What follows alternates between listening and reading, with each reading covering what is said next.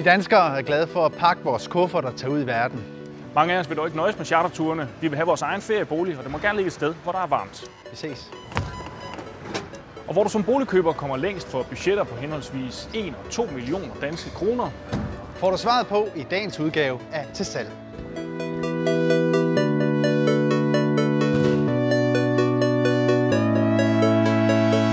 Til Salg sætter det kurs mod Spanien og Kroatien. Vi besøger Costa Blanca og byen Torrevieja. Overfor den står den kroatiske by Trogir i regionen Dalmatien. Nu skal du se en bolig her. Prøv lige at se sådan en lækker lysindfald der. Vi skal se 2 boliger i hvert land.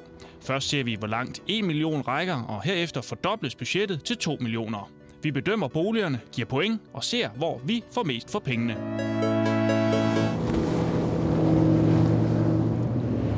Det er under 3 timer siden, at jeg lettede fra Danmark, og de sidste kilometer frem til destinationen, dem tager vi i båd her langs den smukke Adriaterhavskyst.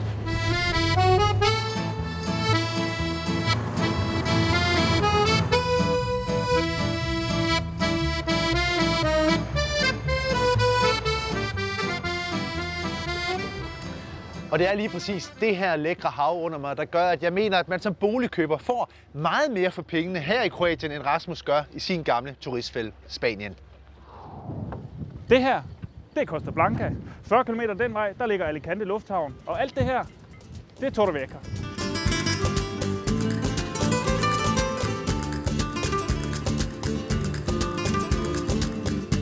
Torrevieja er en by med ca. 100.000 indbyggere.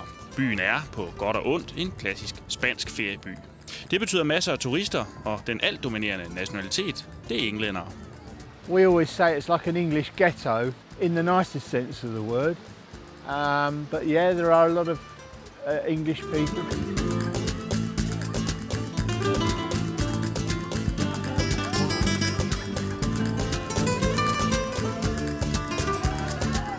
Krisen har dog taget hårdt på englændernes rejselyst. Friværdierne er væk, og pundet rækker pludselig ikke så langt i et euroland.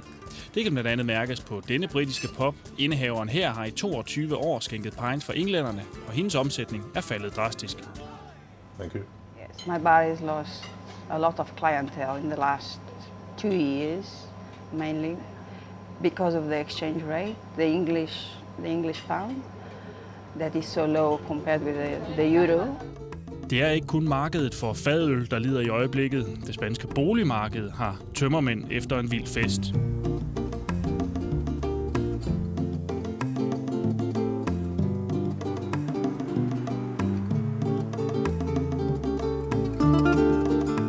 Og det er specielt nybyggeri, der er hårdt ramt. Det ses tydeligt, når man bevæger sig rundt i Torrevieja. Der er rigtig mange nyopførte boliger, der står tomme. Synd for spanierne naturligvis, men godt for danskere på jagt efter en feriebolig. Hvala Novosti. Vi er lagt til her i den kroatiske by Trogir, og som man kan se, så har vand næsten overalt.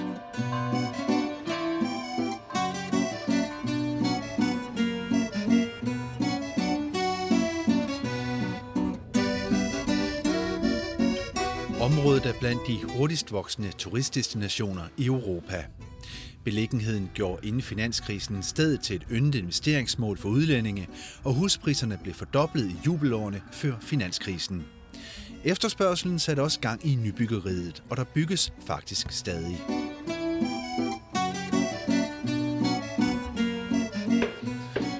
Byen ligger på en ø og er blandt de mere attraktive steder her på Adriaterhavskysten, så det bliver spændende at se, om huspriserne har kunnet holde niveauet igennem finanskrisen.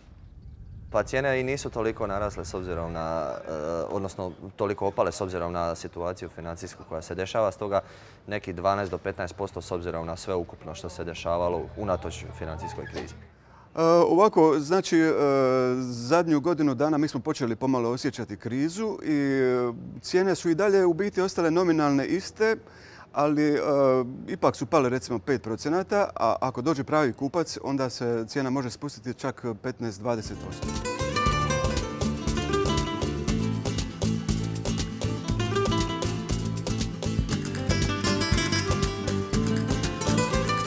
I har været heldige med vejret. Danske Kai Werner Knudsen både bor og arbejder i Torrevieja. Det er godt at høre, at I har det godt hernede. Han har siden 2004 solgt ferieboliger til danskere, der er blevet trætte af det hjemlige klima. Ha' det godt. Jamen, det er begyndt at blive sjov igen. Vi får flere og flere forespørgsler nu, end vi gjorde sidste år. Sidste år var ikke noget godt år, og det må vi helt klart erkende. Prisniveauet her i Spanien, hvor meget er det generelt faldet tilbage siden toppen? Altså omkring 20%, mellem 20 og 40%, og i ekstreme tilfælde helt op til 50%. Og du har fundet et par boliger til os, og skal vi ikke bare komme ud og se på den første? Jo, lad os gøre det. Her er Sandra Tansika. Hej jo. Hej Sandra, godt at se dig. Siden 2005 har hun solgt boliger til danskere i Kroatien. Frem til 2008 gik det strygende. Global optur og troen på, at Kroatien var på vej i den europæiske union, fik salget i vejret. Men så ramte finanskrisen. Når den krise er over os, så er det svært at sælge hvad som helst til danskerne i dag. Ikke mindst boliger. Men jeg synes stadigvæk, at der sker noget, eller det er begyndt at ske noget igen. Hvis du endelig sælger en bolig, hvad er det så danskerne vil have? Det er typisk lejlighed med flot havudsigt, gerne 2 soveværelser, op til 1 million danske kroner. Og netop sådan en bolig har Sandra valgt for sit budget på 1 million kroner. Vi er 5 kilometer ude for Trogir på naboøen Čovo. Lejligheden, vi skal op og se, hvad er det for et kvarter, den ligger i? Det er faktisk rimelig attraktivt kvarter. Der er mange udlændinge, der falder lige præcis på den her kvarter. Jeg tror, det er, fordi det ligger på en mindre bakke, men kommer lidt væk fra vennen. Men det giver panorama udsigt fra boligen. Lejligheden, som vi skal se på, er på 60 kvadratmeter. Den er fordelt på 2 soveværelser, toilet, køkkenalrum og stor altan. Og her har vi de perfekte 60 kvadratmeter. Stort lys, køkkenalrum med højt til loftet, 2 soveværelser, badeværelset. Og så er jo faktisk et helt nyt køkken, som jo ligner noget, der kunne være i et helt nyt dansk hus. Er det normalt for kroatisk standard? Ja, både og designmæssigt skal vi sagtens få det til at sige sådan ud, men det er faktisk ikke normalt, at kroatiske lejligheder sælges møblerede. De er som regel umøblerede, men vi kan tilbyde at møblere det, noget der ligner det her. Men her er det altså med i prisen? Her er det med i prisen, ja.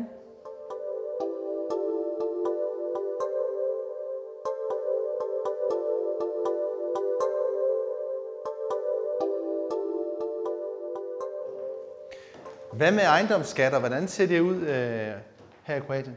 Er det en god ting ved Kroatien? Vi har slet ikke noget, der hedder ejendomsskat.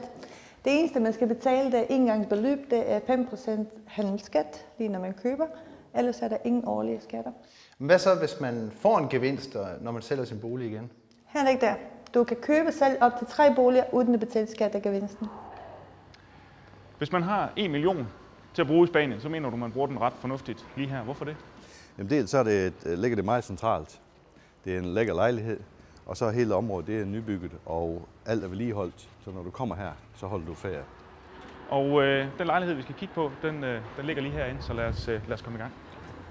Lejligheden er på 63 kvadratmeter. De er fordelt på et køkkenalrum, 2 værelser og et badeværelse. Derudover er der en terrasse på 22 kvadratmeter.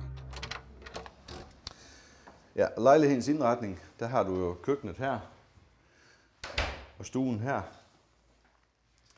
Og det er jo nyt. Det kan man i hvert fald ikke være i tvivl om. Det ser nyt ud, det hele.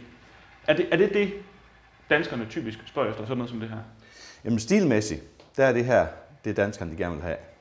Men de fleste danskere, de vil gerne op på tagterrasserne, eller sige op i topplan. Ja, og vi er i stueplan nu. Vi er i stueplan, ja. Men du sagde jo, at jeg skulle finde noget til 1 million. Og når vi kommer højere op, så stiger de altså i pris. Dels fordi du får udsigten, og du får nogle helt andre omgivelser. Lad os lige prøve at se værelserne, hvordan de ser ud. Vi har et værelse her, som er det mindste værelse, som så er i åben forbindelse, eller i forbindelse med badeværelset her. Og så har du hovedsoveværelset der, og du har terrasser foran både soveværelse og stue. Vi går lige hen til soveværelset, der er en detalje, jeg meget gerne vil vise dig. Prøv at forestille dig at vågne til den her udsigt.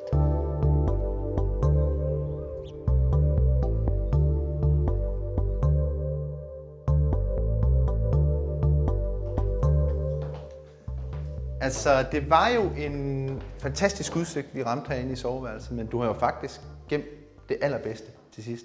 Ja, glad at se det.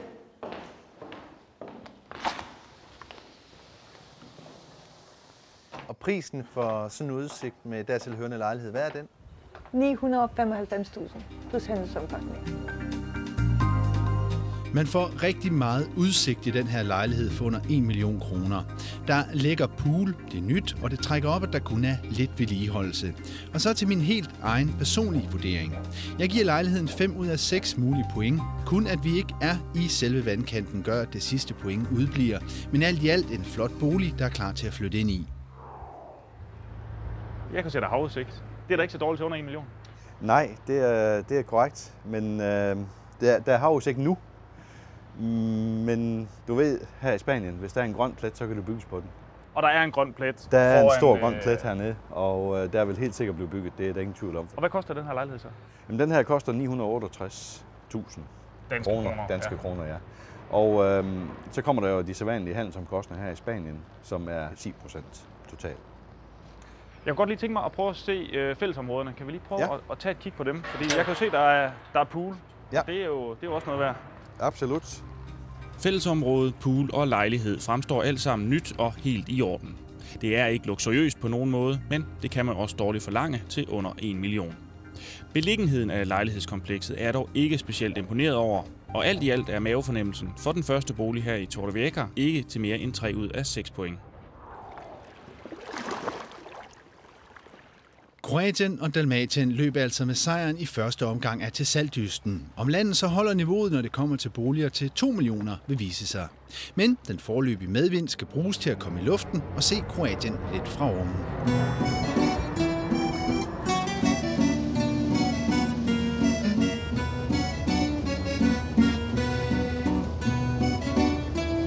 Adriaterhavskysten er et smukt syn fra luften. Den strækker sig i alt over mere end 6.000 kilometer, og badevandet det er altså bare noget af det reneste i hele Europa. Kroaterne har besluttet at bevare kystlinjen ud fra mottoet Middelhavet, som det var engang. En rigtig smuk tanke, men de mange sten gør, at badeturen ofte bliver lidt mere besværlig, end vi kender den. En stram lovgivning regulerer, hvor meget og hvor højt der må bygges. Målet er simpelthen at undgå overbebyggelse, som vi eksempelvis kender det fra Spanien. Derfor så er det altså så med de helt store høje skyskrabere.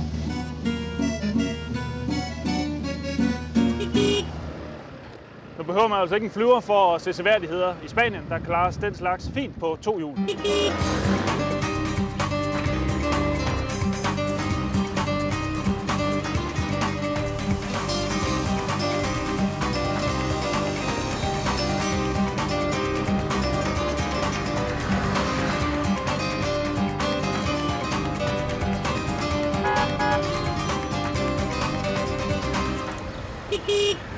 Men nu var det jo egentlig ikke seværdigheder, jeg var på jagt efter. Jeg har bevæget mig op i et af de ældre boligområder her i Torrevieja. Her skal jeg møde et dansk par, der faktisk netop har handlet på det hårdt ramte spanske boligmarked. De hedder Janne og Niels Madsen, og de bor lige herinde.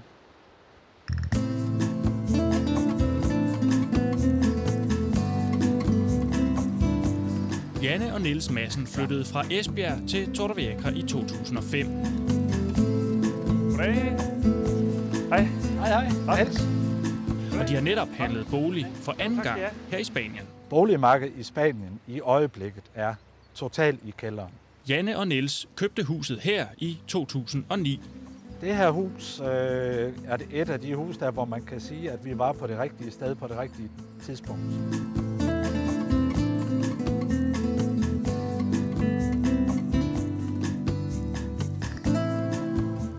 De gav 2 millioner kroner for huset, 1 million mindre end kreditforeningens vurdering.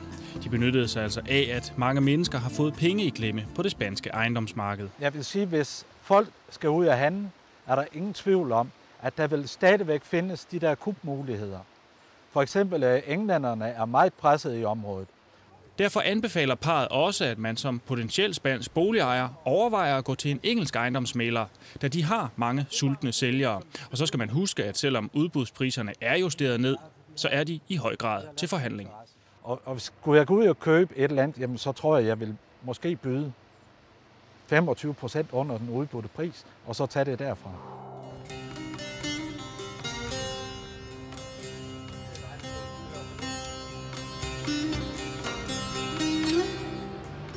Jeg har gerne fået fast grund under fødderne og fundet vej til det historiske hjerte af Trogir.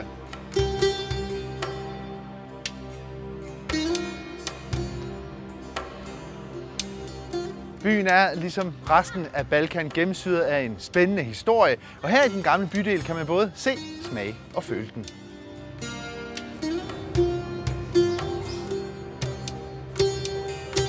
Trogir er i dag på UNESCO's verdensarvsliste. Byens historie går et par tusind år tilbage, og her findes spor af både romerne, venetianerne og grækerne.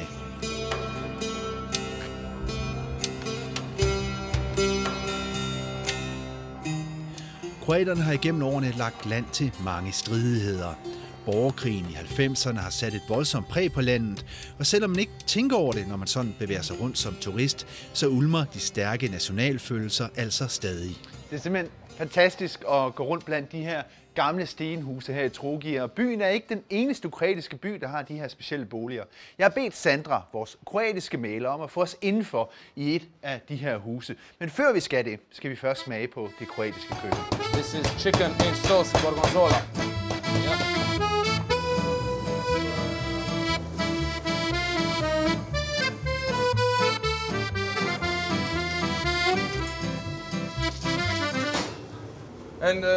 Toni Sekic her er kok med speciale i det lokale køkken, og her er der en foretrukken råvare. We just love fish. We just love fish too much because we got the sea. We got the sea in front of us, 2 meters from a restaurant is sea, yeah? Som boligkøber kan man bestemt leve billigt i Kroatien, hvis man vil. Tribaće mi 3 bublice za ovo, 2 i onda još jedno. This is octopus for salad. Priserne for at spise ude på de turistede steder i Dalmatien er dog kun lidt billigere end i Danmark. Samtidig så er der faktisk begyndt at skyde et hav af gourmetrestauranter op her i Kroatien. Så jeg tør godt at sige, at det ikke er maden, der gør, at du skal vælge en bolig fra her i landet.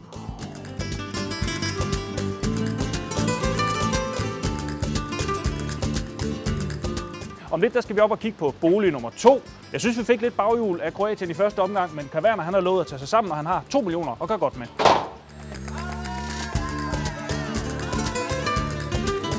Den anden bolig, vi skal se på i Torrevieja, ligger lidt længere inde i landet end den første bolig. Der er nu et par kilometer til kysten, og området huset ligger i er præget af nybyggeri. Her skal vi ind og se et dobbelthus i meget moderne stil. Og det er helt nybygget. Det er 2010-model. Huset er i 2 plan og udgør 111 kvadratmeter. Der er et køkken-alrum, 3 værelser og 2 badeværelser. Grunden er blot 240 kvadratmeter, men der er til gengæld 3 terrasser til at nyde solen på. Nu skal du se en bolig her. Prøv at se. Super lækker køkken. Og prøv så lige at se den her stue her. Prøv lige at se sådan en lækker lysindfald der her. Er det en tendens, at man begynder at bygge, jeg ved ikke, om vi skal kalde det skandinavisk byggestil, fordi det ligner jo ikke en typisk feriebolig i Spanien? Nej, og man kan også sige, at den bygmester her, han er vores ud i noget, skal vi sige, ret nyt. Altså, det er noget, der helt klart vil falde i danskernes smag. Det er jeg slet ikke et sekund i tvivl om.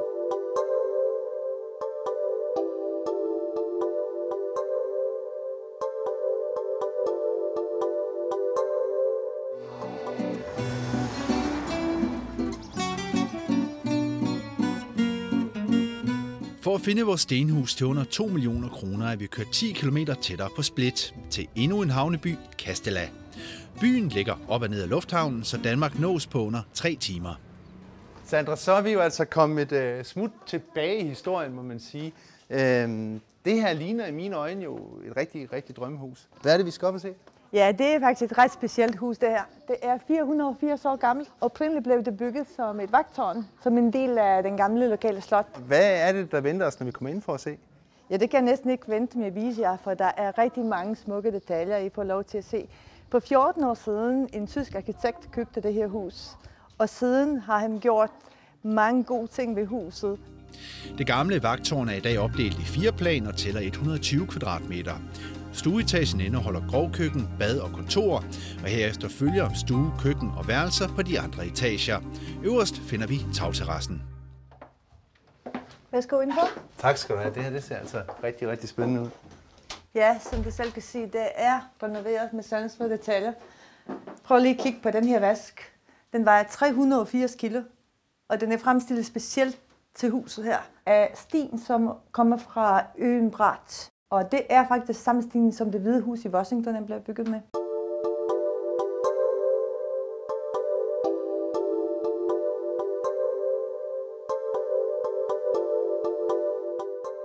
Ja, og det er måske husets første trappe. Ja, og du har flere i vente. Det er et gammelt stenhus. Så er der mange trapper. Det må finde sig i. Det er en lille charme. Her har vi stue og køkken. Og det er faktisk husets største sammenhængende rum. Og vi taler jo altså nogle af ret små plan i det her hus. Hvor stor er hver etage? Det er 30 kvadratmeter per etage. Det er ikke meget. Det er mange, der bliver overrasket over. Men sådan er det gamle stenhus bygget i Kroatien, så det er noget, man må tage med. Jamen lad os prøve at gå op ovenpå og kigge.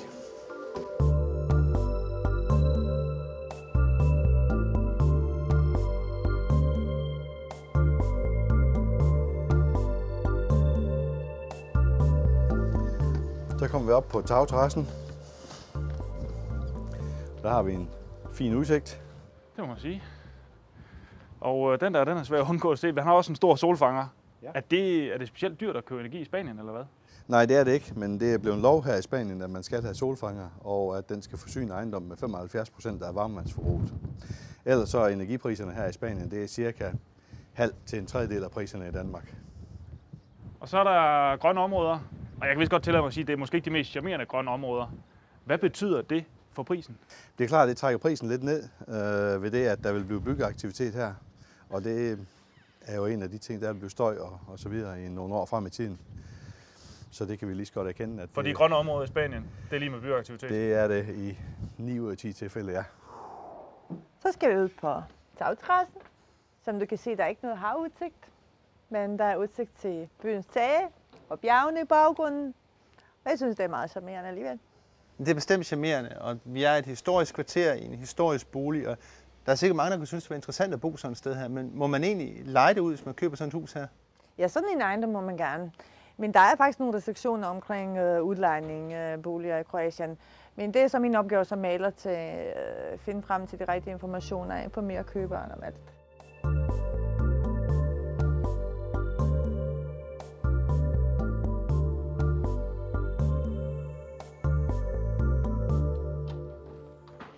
Ja, det var altså huset. Sådan ser det ud, men hvad koster det? Det koster 1,9 millioner danske, plus handelsomkostninger, vil jeg sige. Og den pris, er den så til forhandling? Man kan da altid prøve, men der er ingen garanti. Selvom der er dejlig atmosfære i både hus og gader, så er de små plan svære at indrette. Hertil kommer vedligeholdelsen på et 500 år gammelt hus, og så mangler jeg altså andet end udsigt til tage fra terrassen. Trods husets historie får vi ikke dobbelt så meget bolig, som vi fik i lejligheden til under 1 million. Så lidt skuffet deler jeg bare 3 ud af 6 mulige point ud til det gamle vagttårn. Og den bolig her, hvad koster den? Jamen den står til 1,73. Og er det så det, den koster, eller er det bare det, den står til? Ja, det er det, den koster. Det er bygmesteren, der sætter prisen, og jeg har ikke rigtig nogen indflydelse på prisen. Men vi kan jo selvfølgelig altid prøve at gå lidt efter ham og se, om vi kan nuppe lidt ekstra rabat fra ham. Men jeg er ikke så optimist, den er i forvejen meget sat ned. Bolig nummer 2 i Torrevieja er en flot, moderne og indflytningsklar bolig. Desværre ligger den, ligesom den første bolig, jeg kiggede på, ikke specielt charmerende. De kommende års byggelarm trækker naturligvis ned, men jeg synes, at man får meget bolig for pengene, og med tiden kan området blive attraktivt. Jeg havner på karakteren 4 til det nybyggede dobbelthus.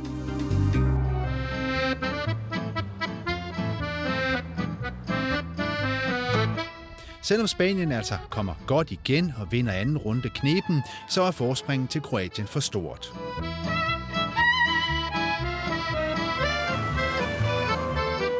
Konklusionen i vores lille tilsalgsdyst er altså, at man for tiden får mere for pengene her end i Spanien og Torrevieja. Boligerne er billigere, de ligger tættere på vandet, og standarden er minimum den samme som Spanien. Så Sandra og Dalmatien løber med sejren.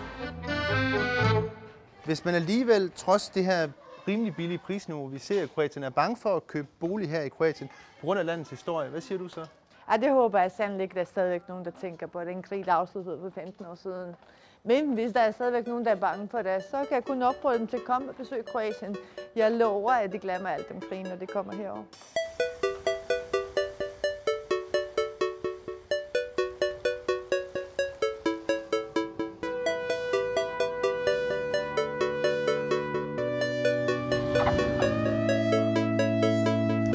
Til salg er slut for denne gang. Når vi er tilbage, så tester vi selvfølgelig ferieboliger i 2 nye lande. På gensyn. Hvordan var det? Jamen, det var ikke